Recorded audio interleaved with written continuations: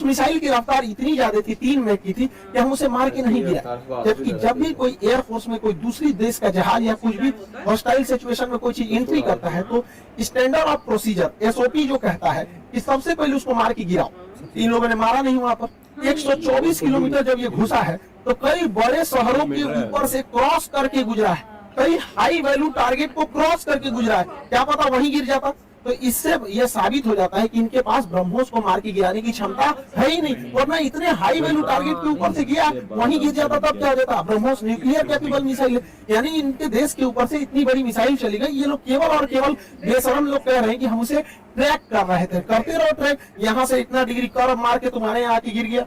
पाकिस्तान इसे मार के गिरा भी नहीं सकता क्योंकि ब्रह्मोस 3 मैक से चलती है। इसके पाकिस्तान के पास चाइनीज रडार है। इन चाइनीज रडार की हेल्प से इसके पास 2 तरह के मिसाइल क्षमता है। एक HQ-7 है, ये 30 से 40 किलोमीटर की दूर की मिसाइलों को मारता है। एक HQ-9 है, ये लगभग 150 किलोमीटर मार सकता है। ये दोनों चाइना का है। इन सबको पता नहीं चला कहाँ चल गया यहाँ पे।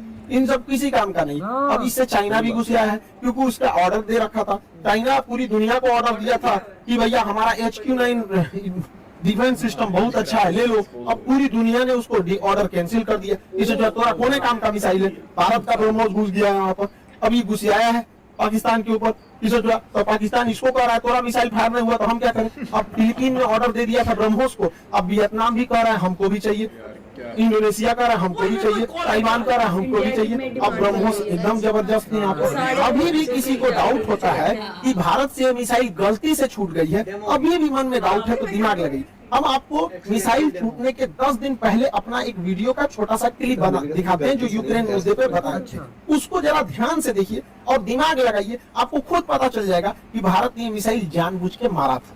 इस दुविधा में हम लोग हैं कि अमेरिका का साथ दें कि रूस का साथ दें। इसके लिए सबसे अच्छा रास्ता क्या होता है समझिए। मान के चलिए हमारे 2 बहुत करीबी आदमी, उन दोनों का ब्याह पड़ गया। तू कह रहा है कि हमारे ब्याह में आना, तू कह रहा है हमारे ब्याह में जाएगा, तो भैया हम एक में जाएंगे तो दूसरा से संबंध खराब हो जाएगा। एक काम करते हैं, कोई दिन हम अपने ब्याह कर लेते हैं, बातें खत्म हो जाएगा, भैया हम अपने ब्याह में। इसी वजह से सबसे अच्छा तरीका है ना हम रूस के फेवर में जाएंगे और ना ही हम अमेरिका के फेवर में जाएंगे। सबसे अच्छा तरीका है मोदी जी को अपनी सेना को बोलिए कि गलवान घाटी में 2 किलोमीटर आगे घुस जाए।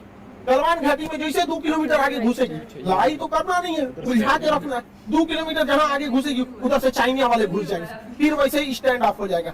2-3 महीना चलेगा, अमेरिका कहेगा ए बोल रहे रूस को, हम कुछ करें, हम तो खुद लड़ रहे हैं चाइना से यहाँ पे, हम लोग दोनों शांत रहेगा। आपको क्या लगता है भारत को इधर उलझा देना चाहिए कि नहीं? और आप मना करेंगे तो कोई ना कोई देश इस तरह से आपको कहेगा कि भैया हमारा साथ, इससे अच्छा हम तो लिए हुए हैं, बातें खत्म। अब समझ में आ गया। हम लोगों को इस इंटरनेशनल कचरा में नहीं पड़ना था कि रूस का साथ दे, कि यूक्रेन का दे, कि नाटो का, कि अमेरिका का। इसलिए हम खुद बोले थे कि भारत को कहीं ना कहीं हमला कर देना चाहिए ताकि हम लोग खुद ही इंटरनेशनल प्रेशर से बच जाए। आज पूरी दुनिया नहीं कर रही है कि आप हमें जेलेंस्की का साथ दीजिए, नाटो का साथ दीजिए, कुछ नहीं कर रहा है। अब हम लोग यूक्रेन मामले से हट गए हैं क्योंकि पाकिस्तान इसे इंटरनेशनलाइजेशन कर रहा है और हम लोग बच गए यहाँ पे। मोदी जी कभी कभी मेरी बात मान लेते हैं, कभी कभी, लेकिन कभी कभी बहुत बवाल के बाद मानते हैं। अभी देखिए पिछली बार रेलवे में पूरा बवाल हुआ, तब जाके उन्होंने अपना नोटिफिकेशन जारी किया, उसमें भी 2-4% इधर उधर करिए दिए हैं वहां पर भी रेलवे वाले में। और एयरफोर्स की वैकेंसी अभी रिजल्ट अभी तक रोक के रखे। भैया ये एयरफोर्स वाले हैं, इन लोग को पढ़ा हम लोग बैठे हुए हैं, भेजिए, उड़ाए सब जहाज, मारे सब यहाँ पर।